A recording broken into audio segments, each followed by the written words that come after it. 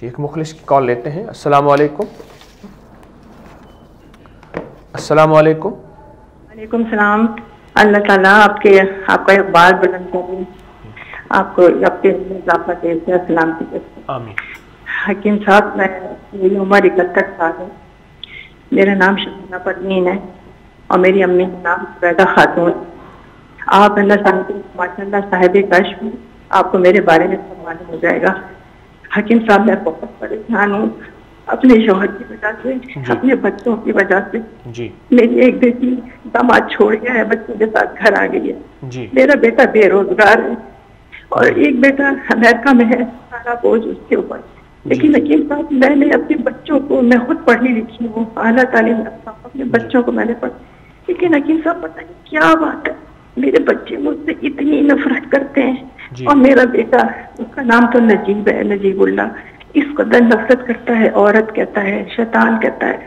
Hello جی, میں آپ کی بات سن رہا ہوں, بہت توجہ سے سن. اور دوسرا بیٹا ہے چھوٹا, جھوٹے مقدمے میں پھنسا ہوا ہے, داماد ہی پھنسا کے چلا گیا اسے. 3 سال سے بے روزگار ہے, اس کو جاب نہیں مل رہی ہے. دوسری جو سب بہت ہی بڑا مسئلہ میری بیٹی عالیہ کا ہے. حکیم صاحب, میں آپ کو بتا نہیں سکتی, اس قدر ذلیل کرتی ہے. اس کی عمر 40 سال سے زیادہ ہو گئی ہے. میں نے شادیوں کی بہت کوشش کی لیکن نہیں ہوتی شادی. پہلے وہ نماز پڑھتی تھی, اس نے باقاعدہ پورا ترجمے سے قرآن شریف پڑھا ہے, بہت اچھی ہے, لیکن اتنی نفرت کرتی ہے. کل بھی رات حکیم صاحب اتنی مجھے اس نے سنائی کہ تیری عزت کیا ہے, تیرا شوہر تجھے مارتا ہے, تیرا بیٹا تجھ سے بات نہیں کرتا. مجھے بتائیے. اچھا ایک میں آپ کو بات بتاؤں خاص کہ میں بہت پڑھتی ہوں, میرا جو ہے نا روحانی کی طرف میرا ہے. تو میں نے اس کی شادی کے لیے سورہ احزاب اپنے ہاتھوں سے لکھ کے, کسی نے بتایا تھا, میں نے باکس میں بند کر دی. میں نے سورہ طٰہٰ ہرے کاغذ پہ لکھ کے اس کے دوپٹے میں بند کی. لیکن سورہ پتہ نہیں مجھ پر کیا ہے, کیا نحوست ہے کہ میں نے وہ سورہ احزاب باکس میں سے نکال کے جلا دی. مجھے اس کی بڑی تکلیف ہے, مجھے اس کا ازالہ کرنا ہے. اچھا دوسری بات یہ کہ میرا بھائی ہے امریکہ میں, اس کا نام انیس الرحمان ہے. وہ میرے بیٹے کے تقریباً 15-20 لاکھ چاہتا ہے, لیکن وہ کہتا ہے کہ میں چاہتا ہوں, اس نے میرے سامنے کہا لیکن میں دوں گا نہیں. اور میرا شرعیہ جو ہے, پہلے میں نے اپنے بہن بھائیوں سے کہہ دیا تھا کہ مجھے میرا شرعیہ حق نہیں چاہیے, میرے چھوٹے بھائی کو دے دو, بے روزگار ہے وہ. لیکن اب مجھے شدید ضرورت ہے حکیم صاحب, سب کچھ بک گیا ہے, کچھ بھی نہیں ہے پاس میں. تو میں یہ چاہتی ہوں, میں اس سے حق مانگ رہی ہوں, 3 سال ہو گئے, نہ میرا حق دیتا ہے, مکان بھی اس کے قبضے میں ہے, اور نہ میرے بیٹے کے پیسے دیتا ہے. ایک تو مجھے انیس الرحمان اس کا نام ہے, میری بیٹی کا نام عالیہ ہے, بڑے بیٹے کا نام جو مجھ سے شدید نفرت کرتا ہے اس کا نام نجیب اللہ قریشی ہے. دوسرا بیٹا وجاہت ہے, وہ شادی کے بعد بالکل بھول گیا ہے. اور یہ چھوٹا بیٹا جو ہے حسیب اللہ قریشی. آپ کہاں رہتی ہیں؟ میں کراچی میں رہتی ہوں. میں آ نہیں سکتی کیونکہ مجھے مہرہ کا بہت شدید سیویئر پرابلم ہے, اسپونڈلائٹس سروائکل کا. ٹھیک. اور میرے پاس اتنے پیسے بھی نہیں ہے کہ میں آپ کے پاس آ سکوں. تو مجھے پلیز, مجھے نا آپ مجھے کوئی ایسے اعمال بتائیے جو کہ بالکل میں یکسو ہو کے کر سکوں, اور مطلب ٹو دا پوائنٹ ہوں, اور بہت ہی زیادہ مؤثر ہوں. ٹھیک. تو پلیز آپ مجھے بتائیے. میں آپ کی خدمت میں عرض کرتا ہوں, توجہ کیجیے گا. یقیناً ہمارے جتنے بھی سامعین ہیں ہمارے ساتھ پروگرام میں شامل ہیں, وہ کاپی قلم تو ساتھ لے کے ہی بیٹھے ہوں گے. اصل بات محترمہ آپ کا نہیں, اس وقت یہ ماؤں کا مسئلہ ہے, ماں کا مسئلہ نہیں ہے. اور مائیں تنہا ہو رہی ہیں, ہو گئی ہیں, اور شاید اللہ نہ کرے ہو جائیں. اس کی وجہ ہے کہ پہلے دن ہم اپنی نسلوں کو دیتے کیا ہیں.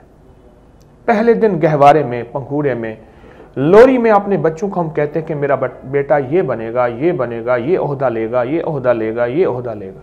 ان عہدوں کو لینا کوئی گناہ نہیں ہے, لیکن پہلے دن بچے کو انسان بنانے کے لیے کوئی ہم نے آدمی بنانے کے لیے کوشش کی ہے, انسان بنانے کی کوشش نہیں کی. وہ آدمی بن جاتا ہے اور بڑا آدمی بن جاتا ہے, اور بڑا آدمی بن جاتا ہے, دولت, چیزیں, بنگلہ, گاڑی, ہر چیز اسے مل جاتی ہے, عہدے مل جاتے ہیں, انسان نہیں بنتا. انسان بنانے کی ایک علیحدہ محنت ہے, وہ صرف در مصطفیٰ پہ پڑھی ہے. محمد, آل محمد, اصحاب محمد, ان کی زندگیوں میں پڑھی ہے.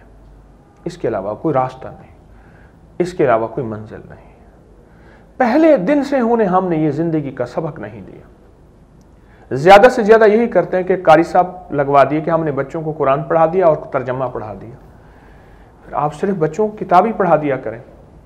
ان کی ڈگریوں کے لیے محنت، کوشش، اندر ملک باہر ملک، اور لاکھوں کروڑوں روپے خرچ کرتے ہیں. اس وقت سب سے زیادہ خرچہ تعلیم پہ ہے.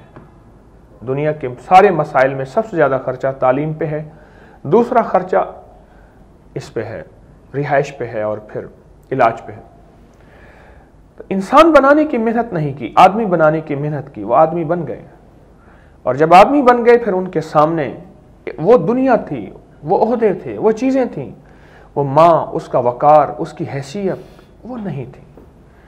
میں جتنی مائیں ہیں میں ان سے درخواست کروں گا، منت کروں گا.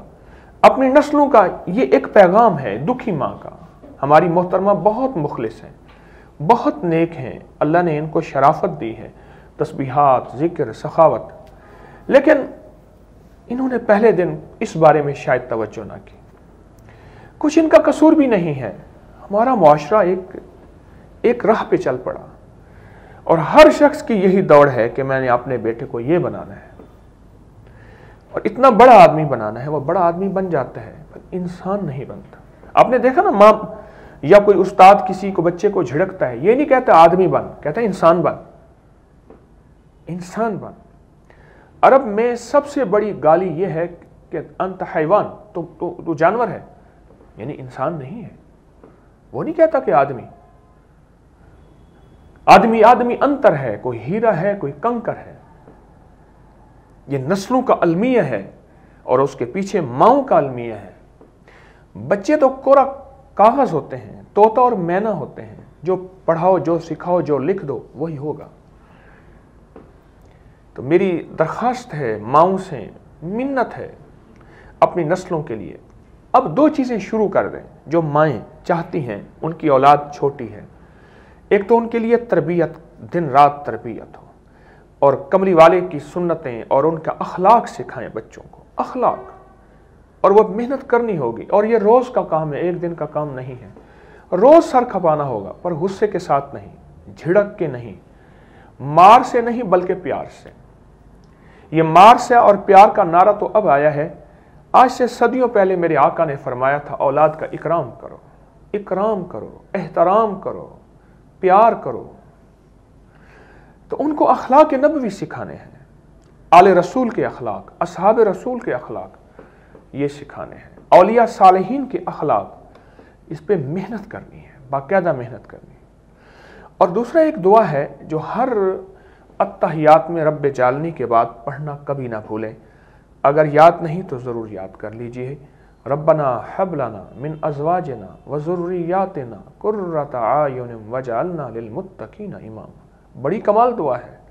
گھریلو جھگڑوں کو ختم کرنے، نفرتوں کو ختم کرنے، اولاد کی فرما برداری، ان میں محبت، پیار، اور اولاد کو کسی معذوری اور کسی عیب اور کسی بد اخلاقی سے بچانے کے لیے بہت باکمال دعا ہے. اس دعا کا مسلسل اہتمام کریں. اور تیسری محترمہ، آپ کے لیے میں ایک وظیفہ عرض کرتا ہوں.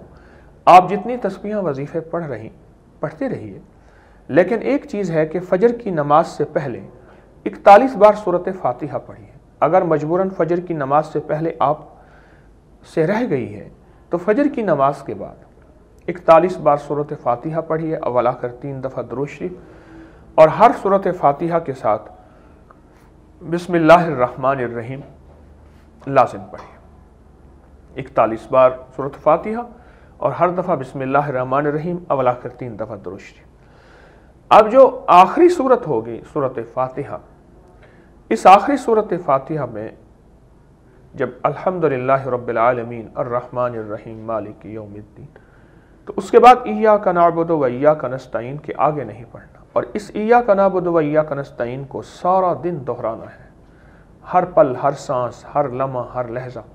اس کو مستقل آپ دہرائیں، مستقل دہرائیں، اور بہت زیادہ دہرائیں. اور اپنے مقصد کا تصور کرتے ہوئے وضو بے وضو پڑھ سکتے ہیں، اور سینکڑوں، ہزاروں، لاکھوں دفعہ آپ اس کو پڑھیں اور اس کو پورے ذہن میں رکھیں. پڑھتے رہیں، پڑھتے رہیں، پڑھتے رہیں. اور شام کو جب آپ سونے لگیں تو سورت کا بقیہ حصہ پورا کر کے درود پاک پڑھ کے پھر درود پاک پڑھتے پڑھتے آپ سو جائیں.